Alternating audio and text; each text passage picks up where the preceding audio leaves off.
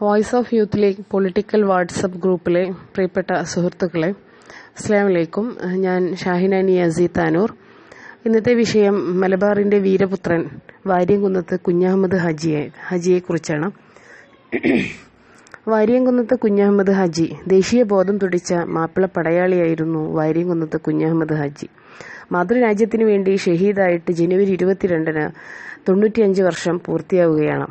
വെള്ളപ്പട്ടാളത്തിനെതിരെ പോരാടി അക്കാലത്ത് 6 മാസത്തോളം മലബാറിലെ ഏതാനും പ്രദേശങ്ങൾ സ്വതന്ത്രമാക്കുകയും തന്റെ സാമ്രാജ്യത്തിൽ നിന്നും ബ്രിട്ടീഷുകാരെ തുരത്തിയോടിക്കുകയും ചെയ്ത വാര്യംകുന്നത്ത് കുഞ്ഞഹമ്മദ് ഹാജി ചരിത്രത്തിൽ സമാനതകളില്ലാത്ത വ്യക്തിയാണ്.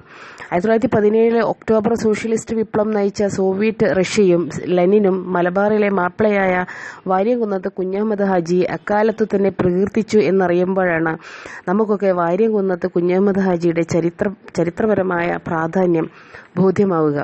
20ാമത്തെ വയസ്സിൽ തന്നെ ബ്രിട്ടീഷ് വിരുദ്ധ സമരത്തിൽ കണ്ണിയായ കുഞ്ഞഹമ്മദ് ഹാജിക്ക് വിദേശാധിപത്യത്തിൽ നിന്നും തന്റെ നാടിനെ മോചിപ്പിക്കുക എന്നതായിരുന്നു സ്വന്തം ജീവനേക്കാൾ വലുത്. പിതാവായ ചക്കിപ്പറമ്പൻ മൊയ്തീൻകുട്ടി ഹാജിയുടെ ദുരവസ്ഥ തങ്ങളുടെ മകനും വരരുത് എന്ന് ആശിച്ച കുടുംബം ബന്ധുക്കളും അദ്ദേഹത്തെ ഹജ്ജ് കർമ്മത്തിനായി മക്കയിലേക്ക് പറഞ്ഞയച്ചു. ഈ യാത്രയ്ക്കിടയിൽ മുംബൈയിലെത്തിയ അദ്ദേഹം ഹിന്ദി, ഉറുദു, ഇംഗ്ലീഷ് ഭാഷകൾ പഠിക്കാൻ അവസരം തിരഞ്ഞെടുത്തു. അദ്ദേഹത്തിന്റെ സ്വതന്ത്ര സമര പോരാട്ടത്തിന് അത് കൂടുതൽ വീര്യം പകരുകയാണ് ഉണ്ടായത്. ഹജ്ജിനു ശേഷം ജന്മദേശമായ മഞ്ചേരി നെല്ലിക്കുത്തിൽ തിരിച്ചെത്തിയ വാര്യംകുന്നത്ത് കുഞ്ഞഹമ്മദ് ഹാജി ബ്രിട്ടീഷുകാർക്കെതിരെ പോരാട്ടം ശക്തമാക്കേണ്ടതിന്റെ ആവശ്യകത വ്യക്തമാക്കിക്കൊണ്ട് നേതാക്കൾക്ക് അയച്ച കത്തുകൾ ബ്രിട്ടീഷ് അധികൃതരുടെ ശ്രദ്ധയിൽപ്പെടുകയും അദ്ദേഹത്തെ പിടികൂടാനുള്ള നീക്കങ്ങൾ നടത്തുകയുമുണ്ടായി. മക്കയിലേക്കുള്ള തന്റെ 2ാമത്തെ യാത്ര ഈ ഘട്ടത്തിലായിരുന്നു. 1905 നെല്ലിക്കുത്ത് തിരിച്ചെത്തിയ കുഞ്ഞഹമ്മദ് ഹാജിയെ ബ്രിട്ടീഷ് ഭരണകൂടം അവിടെ താമസിക്കാൻ അനുവദിച്ചില്ല. പിതാവിന്റെ ജന്മദേശമായ കൊണ്ടോട്ടിൽ തിരിച്ചെത്തിയ അദ്ദേഹം കുടുംബസമേതം വസിക്കുമ്പോൾ വീണ്ടും മക്കയിലേക്ക് പോയി. മക്കയിൽ നിന്നും 1914-ലാണ് അദ്ദേഹം തിരിച്ചെത്തിയത്. കൊണ്ടോട്ടിൽ താമസിക്കുന്നതിൽ നിന്നും ബ്രിട്ടീഷുകാർ വിലക്കിയപ്പോൾ അയൽ പ്രദേശമായ മൊറയൂരിലെ പോത്തുവെട്ടിപ്പാറയിലേക്ക് കുഞ്ഞഹമ്മദ് ഹാജിയും കുടുംബവും താമസം മാറ്റി.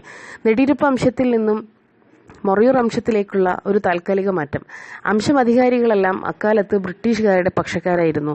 1916-ൽ കരുവാരക്കുണ്ടിൽ വെച്ച് മലബാർ കളക്ടറെ വധിക്കാൻ ശ്രമിച്ചെന്ന പേരിൽ കുഞ്ഞഹമ്മദ് ഹാജിയെ പട്ടാളം പിടികൂടിയെങ്കിലും പിന്നീട് തെളിവില്ലാത്തതിന്റെ പേരിൽ വിട്ടയച്ചു.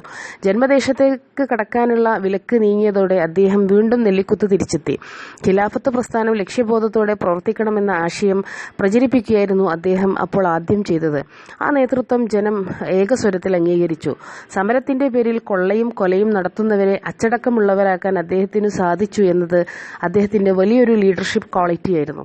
ഹിന്ദുക്കൾക്കെതിരെയല്ല, ബ്രിട്ടീഷ് പട്ടാളത്തിനും അവരെ സഹായിക്കുന്ന ഹിന്ദു മുസ്ലിം ജന്മിമാർക്കുമെതിരെയാണ് ഈ സമരം എന്ന് അദ്ദേഹം ഉച്ചൈസ്തരം പ്രഖ്യാപിച്ചു. ബ്രിട്ടീഷ് അനുകൂലികളായ ആനക്കയത്തെ ചേക്കുട്ടിയെ വധിച്ചതും കൊണ്ടോട്ടി തങ്ങന്മാരെ ആക്രമിച്ചതും ഇതിന് വലിയൊരു തെളിവാണല്ലോ. 21 ആഗസ്റ്റ് 20-ന് തിരൂരങ്ങാടിയിലെ ആലി മുസ്ലിയാരുടെ നേതൃത്വത്തിലുള്ള നിവേദക സംഘത്തിനു നേരെ യാതൊരു പ്രകോപനവുമില്ലാതെ ബ്രിട്ടീഷ് പട്ടാളം വെടിവെച്ചതും ഇതിൽ പ്രതിഷേധിച്ച് പിറ്റേ ദിവസം തന്നെ കുഞ്ഞഹമ്മദ് ഹാജിയുടെ നേതൃത്വത്തിൽ പാണ്ടിക്കാട് പോലീസ് സ്റ്റേഷൻ ആക്രമിച്ച് ആയുധങ്ങൾ കൈവശപ്പെടുത്തിയതും നമ്മളെയൊക്കെ ഏറെ ആവേശം കൊള്ളിക്കുന്ന ഒരു ചരിത്രമാണ്. മുസ്ലിങ്ങളെയും ഹിന്ദുക്കളെയും പ്രകോപിപ്പിച്ച് തമ്മിലടിപ്പിക്കാൻ അമ്പലത്തിനു മുന്നിൽ പശുവിന്റെയും പള്ളിക്ക് മുമ്പിൽ പന്നിയുടെയും ജഡങ്ങള് ബ്രിട്ടീഷുകാരുടെ ഒത്താശയോടെ കൊണ്ടിടുന്നത് പതിവാക്കിയപ്പോൾ ഈ കുതന്ത്രം തിരിച്ചറിഞ്ഞ് ജനങ്ങളെ ബോധവൽക്കരിക്കാൻ കുഞ്ഞഹമ്മദ് ഹാജി നേരിട്ട് മുന്നിട്ടിറങ്ങി. നിലമ്പൂർ കോവിലത്തിന് കുഞ്ഞഹമ്മദ് ഹാജി കാവൽ ഏർപ്പെടുത്തുകയായിരുന്നു ആദ്യം ചെയ്തത്. ഹിന്ദു സ്ത്രീകളെ മാനഭംഗപ്പെടുത്തുന്ന മാപ്പിളമാർക്ക് വധശിക്ഷ നൽകാനും ഹിന്ദുക്കളുടെ സ്വത്തുക്കൾ കവരുന്ന മാപ്പിളമാരുടെ കൈകൾ വെട്ടാനും അദ്ദേഹത്തിന്റെ ധീര ഭരണകൂടം ഉത്തരവിട്ടു. മതത്തിൽ നിർബന്ധമില്ല എന്ന ഖുർആൻ വചനം ഉയർത്തിക്കാട്ടിയ കുഞ്ഞഹമ്മദ് ഹാജി സമരഘട്ടത്തിൽ മതം മാറ്റാൻ ഇറങ്ങിത്തിരിച്ചവരെ ശക്തമായി നേരിടുകയും ശിക്ഷിക്കുകയും ചെയ്തു. ബ്രിട്ടീഷ് പട്ടാളവും അവരുടെ ഗൂർഖകളും നാടുനീളെ കലാപം നടത്തി. പട്ടാളം സമരഭടന്മാരെ വെടിവെച്ചിടലും ഗൂർഖകൾ കുക്രി എന്ന ആയുധം ഉപയോഗിച്ച് മാപ്പിളമാരെ അരിഞ്ഞു വീഴ്ത്തലും തുടർന്നുകൊണ്ടേയിരുന്നു. ജീവൻ അവശേഷിച്ചവരൊക്കെ ആൻഡമാൻ, അതുപോലെ ബല്ലാരി, വെല്ലൂർ, രാജമന്ദിർ, കോയമ്പത്തൂർ, സേലം, കണ്ണൂർ ജയിലുകളിൽ തടവിലായി. 10,000-ങ്ങളാണ് ഇത്തരത്തിൽ പിടികൂടപ്പെട്ട് പിന്നീട് പുറം ലോകം കാണാതെ മരണമടഞ്ഞത്. ആണുങ്ങളായി പിറന്നവരെയെല്ലാം ആട്ടിയോടിച്ച് പെണ്ണുങ്ങളെ ക്രൂരമായി ഭാനഭംഗപ്പെടുത്തുന്നതായിരുന്നു വിപ്ലവത്തെ ചെറുക്കാൻ ബ്രിട്ടീഷുകാർ മലബാറിൽ പ്രയോഗിച്ച ഗൂർഖ തന്ത്രം. ഇതിനെതിരെ പൊരുതിയ കുഞ്ഞഹമ്മദ് ഹാജിയെ ചതിയിലൂടെ പിടികൂടി ബ്രിട്ടീഷുകാർ മലപ്പുറം കോട്ടക്കുന്നിന്റെ താഴ്വരയിൽ വെച്ച് വെടിവെച്ചു കൊല്ലുകയായിരുന്നു. 1922 ജനുവരി 22 രാവിലെ ശിക്ഷ നടപ്പാക്കാൻ ഒരുങ്ങിയപ്പോൾ ആ ധീര ദേശാഭിമാനി കൊളോണിയൽ ശക്തികളുടെ മുഖത്തു നോക്കി അന്തസ്സോടെ പറഞ്ഞു, ഞങ്ങൾ മരണവും അന്തസ്സോടെ വേണമെന്നാണ് ആഗ്രഹിക്കുന്നത്. നിങ്ങൾ കണ്ണുകെട്ടി പുറകിൽ നിന്ന് വെടിവെച്ചു കൊല്ലുകയാണ് പതിവെന്ന് കേട്ടു. ഈ യുള്ളവന് കണ്ണ് കെട്ടാതെ മുന്നിൽ നിന്ന് നെഞ്ചിലേക്ക് വെടിവെക്കാനുള്ള സന്മനസ് കാണിക്കണം. എനിക്ക് ഈ മണ്ണ് കണ്ടുകൊണ്ടാണ് മരിക്കാനുള്ളത്. ഇത് മാത്രമാണ് എനിക്ക് നിങ്ങളോട് പറയാനുള്ളത്. വെള്ളപ്പട്ടാളത്തിന്റെ തുരുതുരായുള്ള വെടിയൊച്ചയിൽ സ്വതന്ത്രത്തിന്റെ ദേശഗീതവും പടരുകയായിരുന്നു. മാപ്പിളമാരുടെ ദേശീയ ബോധത്തിന്റെ മാതൃകയായ വാര്യംകുന്നത്ത് കുഞ്ഞഹമ്മദ് ഹാജിയുടെ ധീര രക്തസാക്ഷിത്വത്തിന് 1/4 നൂറ്റാണ്ട് പിന്നിട്ടപ്പോൾ തന്നെ 47 ബ്രിട്ടന്റെ 1.5 നൂറ്റാണ്ട് കാലത്തെ ഇന്ത്യൻ അധിനിവേശത്തിനും അന്ത്യമായി.